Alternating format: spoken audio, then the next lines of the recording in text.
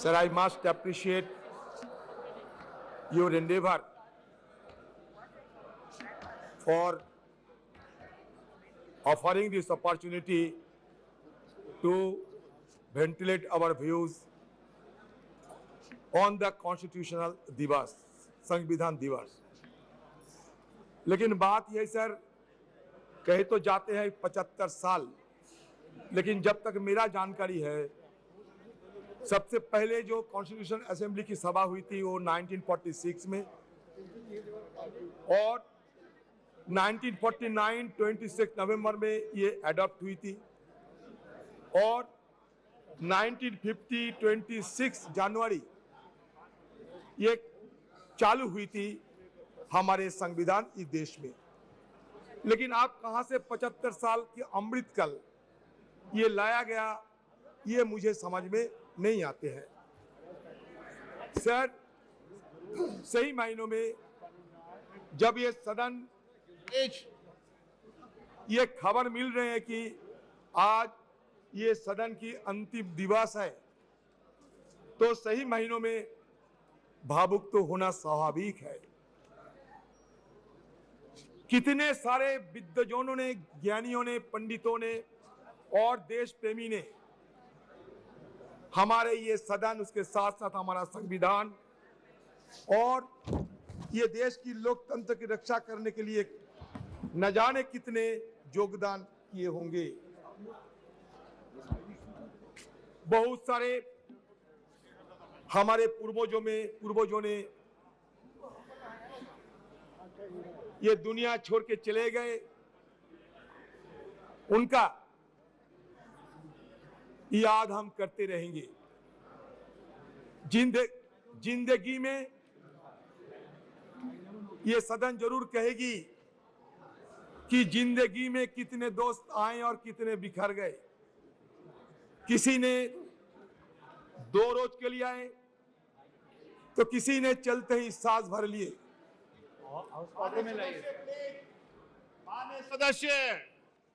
माननीय सदस्य please sit down, please. माननीय सदस्य, नाम लेके पुकारूंगा, आप प्लीज बैठिए। माननीय सदस्य प्लीज बैठिए, बैठिए। सर क्या है सर? जिंदगी में कितने दोस्त आए और कितने बिखर गए। किसी ने 2 रोज के लिए आए, किसी ने चलते ही सांस भर लिए। पर जिंदगी की दूसरा नाम है दरिया, वो तो बस बहते रहेंगे, चाहे रास्ते में फूल गिरे या पत्थर।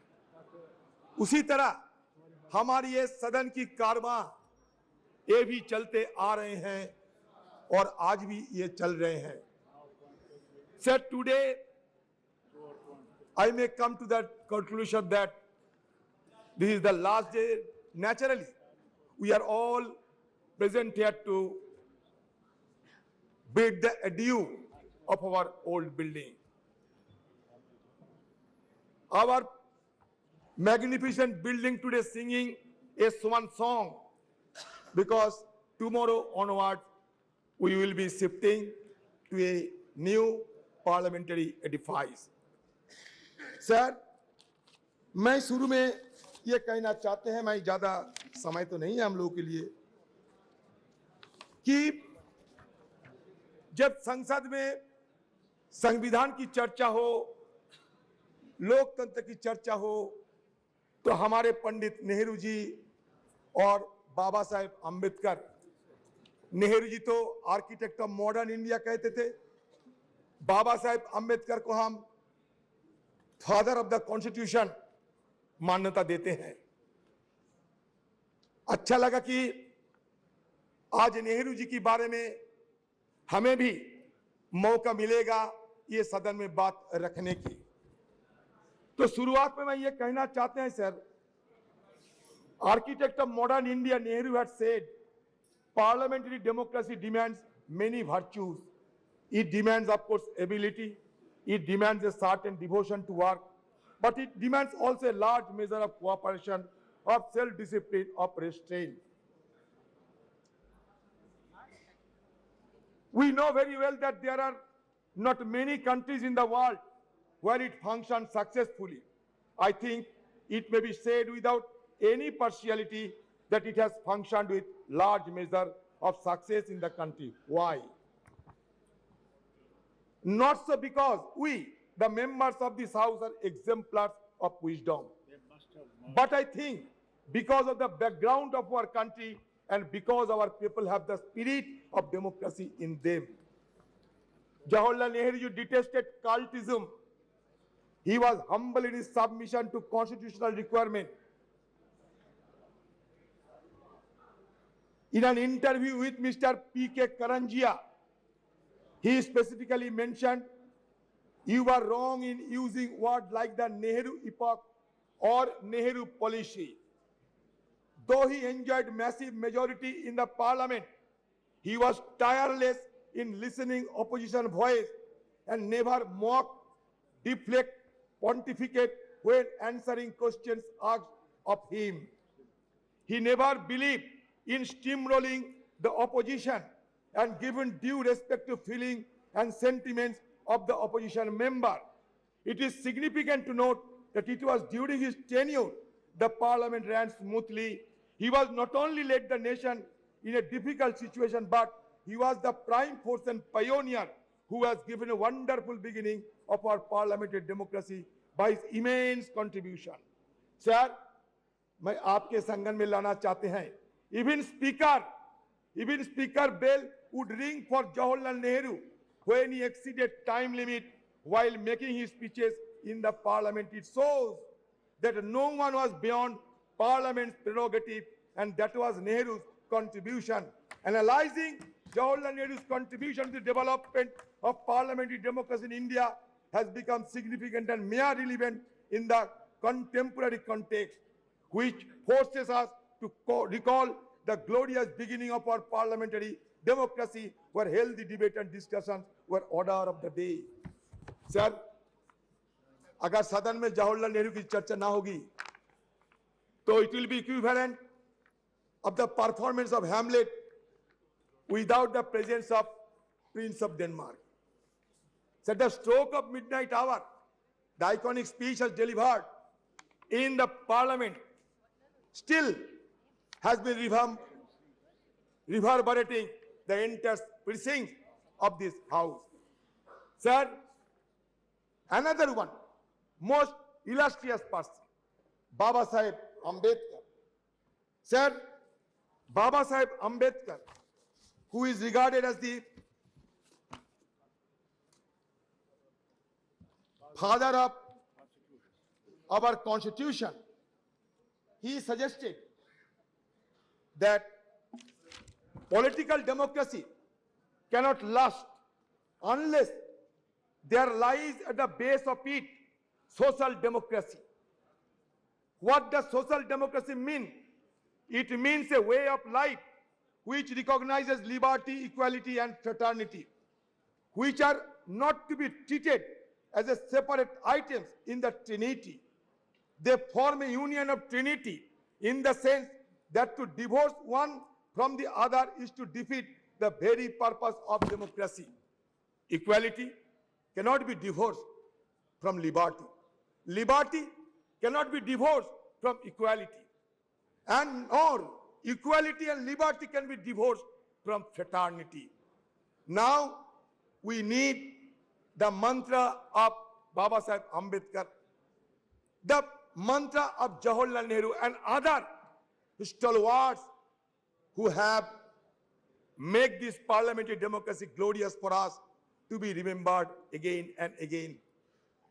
Sir, ये पार्लियामेंट में कभी भगत सिंह जी एक बम फेंका था, लेकिन किसी को आहत करने के लिए नहीं, ब्रिटिश सरकार को जगाने के लिए 1929 में। सर, ये सदन में हमला हुई थी 2001 साल में, आतंकवादी ने हमला किया था, हमारे वॉच एंड वार्ड और सारे लोग ये आतंकवादी हमला को रोके थे। आज हम सब के लिए हमारी तरफ से श्रद्धा अर्पण करना चाहते हैं।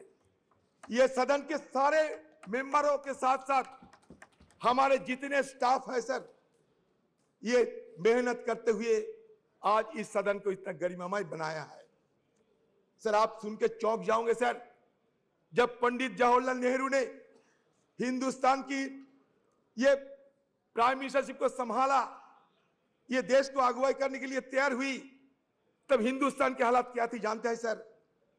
हमारे आयु थी महज 32 साल, हमारा साक्षरता थी महज 12%। सर पर कैपिटा हमारा रोजगार क्या था जानते हैं सर? सिर्फ 245 रुपया। आप सोचिए, एक तरफ अकाल, विभाजन, पाकिस्तान और हिंदुस्तान का बंटवारा, लाखों की तादाद के लोगों को जान गंवाने पड़े, सारे देश में तही तही मच गई थी। उसी कठिन हालात में जवाहरलाल नेहरू साहब को यह सरकार को संभालने पड़ी। और उस समय की हमारे आर्थिक हाल को भी अब देखिए कि रोजाना हमारी देश की हर व्यक्ति को रोजगार थी सिर्फ 245 रुपया। सर आज 14-15 साल तक यह देश की हर व्यक्ति की रोजगार बढ़ाया गया था 72,000 रुपया, अभी उससे और बड़े होंगे। तो इसका मतलब किस जगह से उन्होंने शुरू किया था और किस जगह पहुंचे। इसीलिए उन्होंने कहा था उसी दिन कि long years ago we made tryst with destiny and the time comes when we will redeem our pledge. सिर्फ जवाहरलाल नेहरू नहीं, उस कॉन्स्टिट्यूएंट असेंबली में जितने लोग थे सारे ने यह शपथ ली थी कि हम देश को आगे बढ़ाएंगे, और देश आगे बढ़ते बढ़ते यहां तक पहुंचे। सर चंद्रयान की बात हो रहे थे, आपको जानकारी देना चाहते हैं 1946 में हमारे देश की आजादी के पहले ये नेहरू जी के नेतृत्व में एटॉमिक रिसर्च कमेटी बनाया गया था। 1948 से हमारे देश में ये नेहरू जी के नेतृत्व में हम सिर्फ आज की मॉडर्न टेक्नोलॉजी और आज की साइंस विज्ञान की तरफ हम आगे निकलते हुए हमें ये देश के लिए क्या किया सर? ये देश के लिए बनाया इसरो। विक्रम भाई साराभाई की अगुवाई में, नेहरू जी की दर्शन से ये इसरो बने, आज नहीं 1964 में।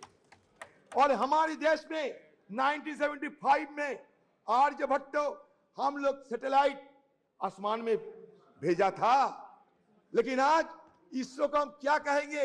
Indian institute of space research कहेंगे, और क्या कहेंगे पता नहीं। कहां से लाए गए भारत और इंडिया, तरह तरह की बातें। सर मैं दोबारा ये सरकार को ये जरूर ये कहना चाहते हैं सर, नहीं ये तर्क नहीं, इसरो की बात कहते हैं। सर आपको संगठन में ये भी लेना चाहते हैं सर आपकी संगठन में ये भी लेना चाहते हैं कि on the above of independence the constitution assembly met at 11 PM with President Rajendra Prasad in the chair. Sucheta Kripalini, a member from Uttar Pradesh, sang the first verse of Bande Mataram to mark the opening of special session. Prime Minister Jawaharlal Nehru delivered his famous Trees to Destiny speech. Sir, Speaker Mabalankar announced, sir, सुन लिए sir, Speaker Mabalankar announced the death of Mahatma Gandhi at a sitting of the Lok Sabha on February 2, 1948. उन्होंने क्या कहा sir जानते हैं? We are meeting today under the shadow of double calamity. The sad demise of the tallest man of our age, who has led us from slavery to independence, and reappearance of the cult of political violence in our country. Mabalankar said, a glory that was said by Mabalankar ji. What Nehru ji uttered, a glory has departed, and the sun that warmed and brightened our life has set and we shiver in the cold and dark. Sir, सदन में चर्चा होगा, वो भी स्वतंत्र की मुद्दे पे, हमारे कॉन्स्टिट्यूशन की मुद्दे पे, और महात्मा गांधी जी के नाम की जिक्र नहीं होने से तो अच्छा नहीं लगता है सर। सर, हमें वाजपेयी जी को भी बहुत श्रद्धा करते थे, अभी भी करते हैं सर। उन्होंने दिखाया ताकत। 1974 में इंदिरा जी पोखरान में एटॉमिक एक्सप्लोजन किए थे सर। उस समय से विदेशों की ताकतों ने हमें कमजोर करने के लिए हर संभव प्रयास की, लेकिन अटल जी रुके नहीं। नरसिम्हा राव की जमाने में भी ये न्यूक्लियर एक्सप्लोजन करने के लिए सोचा गए थे, लेकिन इसको साकार किया अटल बिहारी वाजपेयी जी ने, और उसके साथ साथ ये भी संदेश दिया देश सारे दुनिया को कि नो फास्ट यूज पॉलिसी हम अपना रहे हैं सर। उसके पहले हमारे खिलाफ सारे पाबंदी लगाए रहे थे, उसको हटाने के काम किसने किया था? हमारे मनमोहन सिंह जी, जिसको कहते थे कि मौन रहते हैं, उन्होंने मौन नहीं रही। जब G20 की सम्मेलन हुआ करते थे, उस समय भी उन्होंने कहा ये अच्छा है हमारे देश के लिए। वो मौन नहीं थी, लेकिन बात कम करते थे और काम ज्यादा करते थे। फर्क यही है sir. Indo US nuclear deal किसकी अगुवाई में हुई बताइए सर? इसी सदन में इस चेयर में बैठा होते हुए सोमनाथ चटर्जी साहब देश के लिए वो इंडो यूएस न्यूक्लियर डील को समर्थन किया और अपने पार्टी को नकार दिए थे। तो ये उदाहरण है। तो ये इंडो यूएस न्यूक्लियर डील अगर नहीं होते तो आज अमेरिका देश हमारे साथ इतना जुड़ाव ना दिखाते। ये भी हमें विचार करना पड़ेगा सर। सर, हमारे इस पार्लियामेंट में क्या क्या हुई सर, छोटा सा मैं ब्यौरा देना चाहते हैं सर। सर देखिए,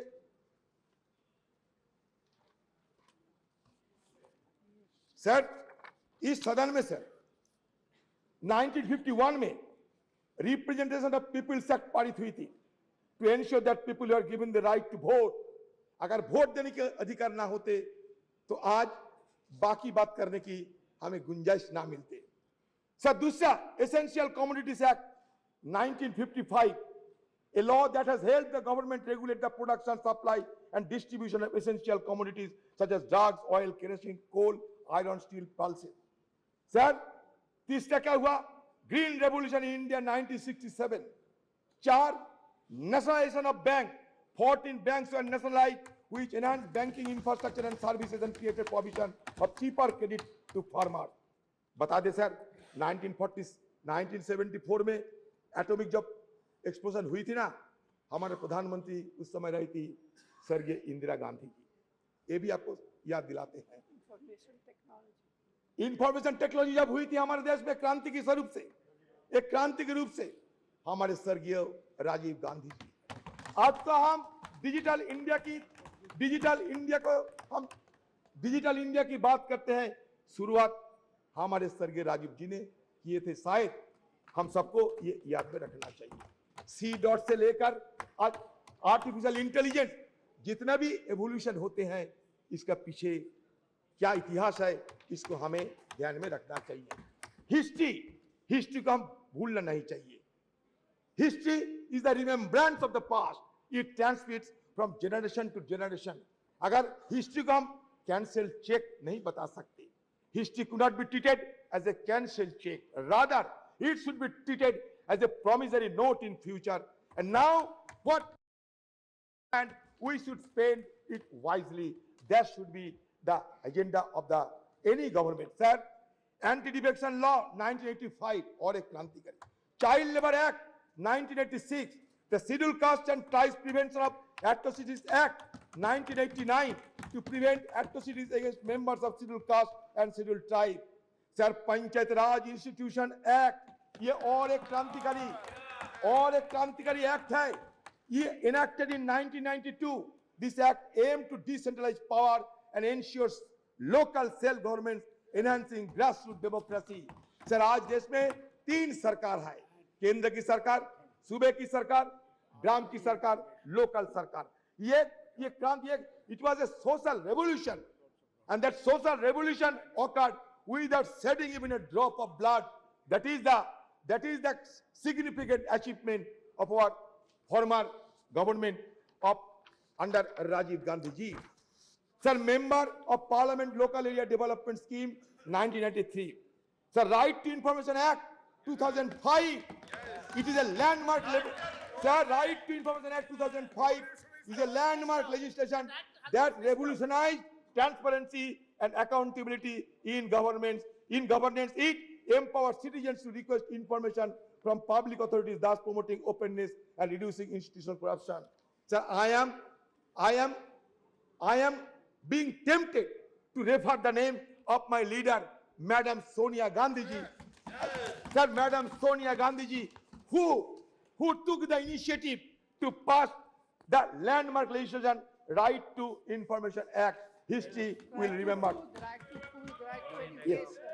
The Scheduled Tribe and other traditional forest dwellers, recognition of Forest Rights Act 2006. Yes.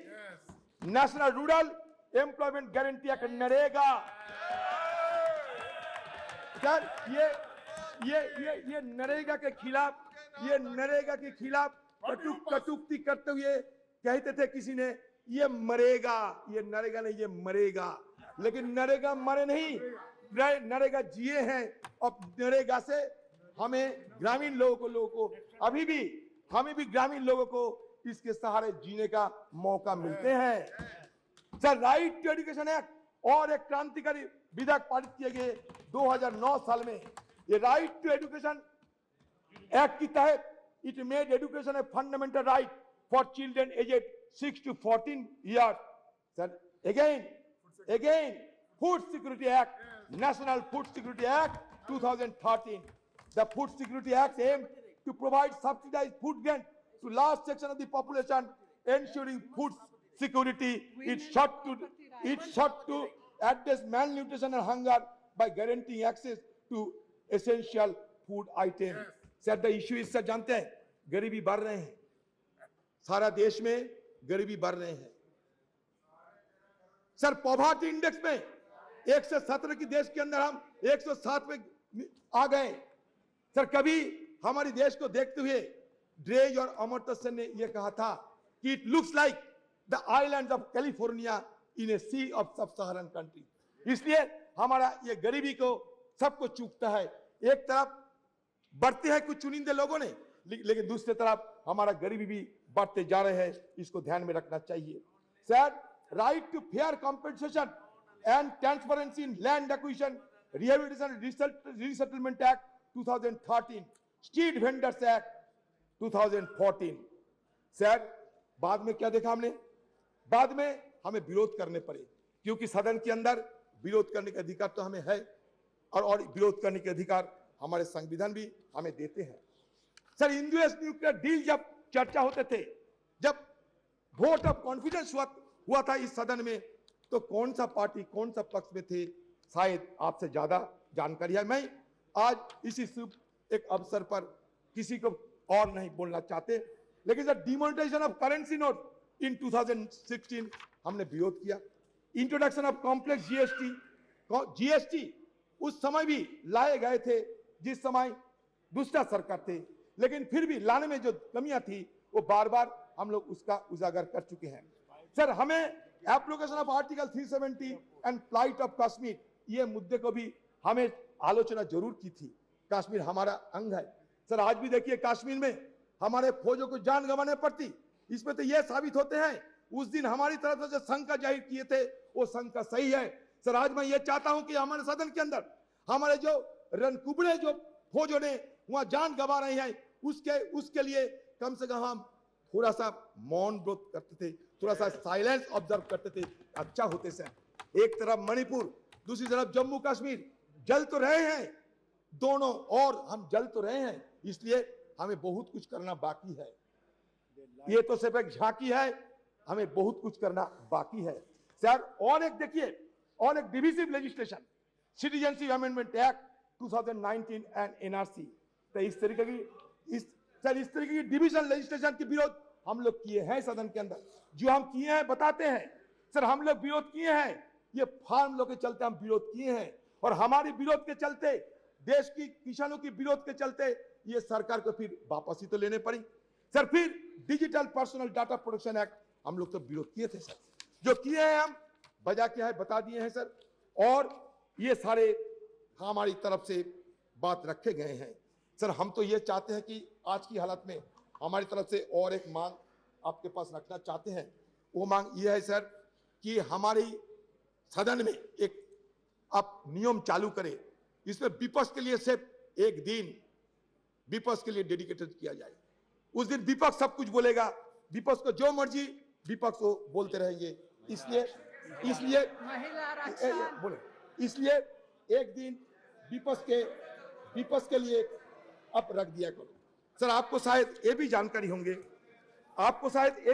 होंगे कि हमारे पार्टी की तरफ से, खासकर हमारे पार्टी की CPP chairperson madam Sonia Gandhi ji, ये Sonia Gandhi ji women reservation bill के लिए सदन में कितने बार सवाल किए हैं, और उन्हीं की अगुवाई में राज्यसभा में पारित होते हुए भी ये आज तक साकार नहीं हो पाए। तो हमारी तरफ से फिर हम ये मांग करते हैं कि आपकी सरकार रहते हुए ये वोमेन रिजर्वेशन बिल को पारित किया जाए। ये हमारी देशवासियों की मांग है। मुझे लगता है कि आप हमारी बात को जरूर गौर से सोचेंगे। सर बस हो गए सर मैं ये कहना चाहते हैं सब देश के हम ये कहना चाहते हैं सर, ये हमारे अभी भी बहुत सारे चैलेंजेस है, हमारे लिए बहुत सारे अवसर भी है। तो चैलेंजेस एंड अपॉर्चुनिटी के बीच मैं ये कहना चाहते हैं कि आज देखिए एक माहौल पैदा होते जा रहे हैं कि मेजोरिटी रहने से सब कुछ कर सकते हैं।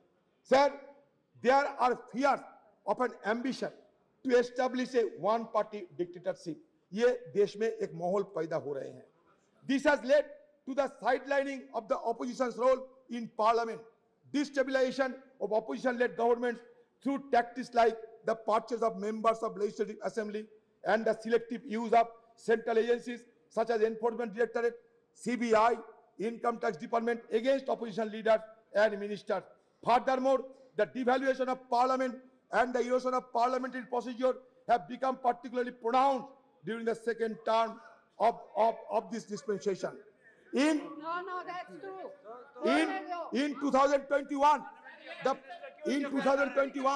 the parliament convened for fewer than 50 days with minimal discussion on legislation and inadequate scrutiny of legislative bills. The decline in the referral of bills to standing committee is also notable, dropping from 60 to 70% during the previous government to only 22%. आपके लिए अच्छा होगा, ये हमारे deputy leader है, पूछिए ना sir. हो गया the first term of this government, a mere 13% in the second term. Additionally, the opposition has been denied the right to raise issues and press for vote during the legislative process, further undermining parliamentary norms. Sir, same is the status of Rajya Sabha. I don't know whether it will be allowed or not. Sir, India's transition, sir, मान के चलिए, India's transition from one-party dominant system to multi-party system, and more recently to a nascent one-party system under this regime has fundamentally altered the dynamics of engagement with Parliament. One positive aspect of parliamentary story is its representativeness. Initially in 1952, Parliament consisted mainly of lawyers associated with the freedom movement and pre-independence legislative bodies. But now, scheduled caste, scheduled tribe, OBC, all have been included in the legislative mechanism. It's a very positive idea. Sir, मैं जानता हूं sir आपको थोड़ा जल्दबाजी है, मैंने आपने पहले ही बोल दिया था। सर मैं ये कहना चाहते हैं कि देखिए सर, ये हमारे देश, इसमें तरह तरह की बात तो किए जाते हैं, लेकिन सच तो ये है कि इंक्लूसिवनेस की बात होते हुए भी इंक्लूसिव नहीं है हमारे पार्लियामेंट। आप खुद देख लीजिए, नंबर देख लीजिए, माइनॉरिटी कम्युनिटी के लोगों को संख्या देख लीजिए और खुद तय कर लीजिए। मैं कुछ नहीं कहूंगा, आज कटुता हम नहीं चाहते। सर बात यह है कि सर ये हिंदुइज्म की अगर बात करें, ये हिंदुइज्म क्या होते हैं? हिंदुइज्म में 4 वेद है। मिलियंस ऑफ गॉड्स है, 18 उपनिषद है, 18 उपनिषद है sir, 6 classical school of philosophy है सर, दो एपिक है। अच्छा ठीक है, अच्छा ठीक है, अच्छा मान लिया आप अच्छा ठीक है, तो है तो that means what does it suggest? It suggests that plurality is the essence of our civilization. We may be a young nation, but certainly we can proud of old civilization. Sir, हमारे civilisation क्या कहते हैं? Plurality की बात करते हैं। India as a nation or as a civilization is an unending celebration of pluralism. Sir, pluralism accommodates differences, and differences in turn embody, enact dissent. Sir ये हम कहना चाहते हैं, जब ये कहते हैं कि वसुधैव कुटुंबकम का मतलब क्या है? यही तो मतलब है, सबको चिंता को, सबकी भावना को शामिल करना चाहिए। सर हमारे सरकार कहिए, हमारे संस्कृति कहिए, ये संस्कृति में ये भी दोहरा गया है, अहंकारम बलम दर्पम क्रोधम। सर अहंकारम बलम दर्पम ये वर्जित किए हैं हमारे हिंदू धर्म। सर इसलिए मैं कहना चाहते हैं, अहंकार को छोड़ना चाहिए हम सबको। हो सकता है आपका बहुत सारी क्षमता हो सकता है, आपको कभी हमको, लेकिन इसको वर्जन करना चाहिए। अहंकारम बलम दर्पम कामम क्रोधम समस्थिता मम आत्मा सर्वदेहेषु प्रदो विष्णु अभ्यसुआ का मतलब क्या है? मतलब ये होते हैं कि ऊपर वाले को गुस्सा की आप आमंत्रण ना करें तो बेहतर है। सर इसलिए आज जब सदन के अंतिम दिन है, मैं उस बुजुर्गों को सराहना करते हैं जो हमारे बीच अभी नहीं आए। Carry on. हाँ sir,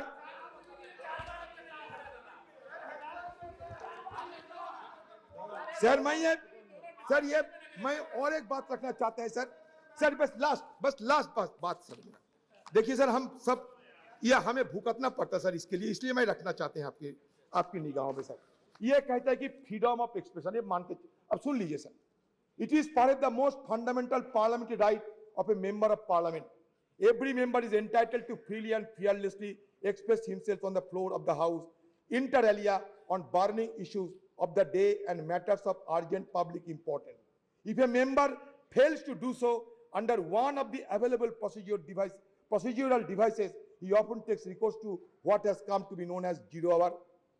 While unparliamentary or objectionable expression may be expunged from the proceedings of the two houses of parliament by the respective presiding officer under the existing rules, shutting off or blinding the proceedings of any house under the presiding officer's direction, that nothing of what is said without his permission would go on record, may be questionable desirability, in as much as in that case the reports of the proceedings cannot really be regarded anymore as a faithful record of all that happened.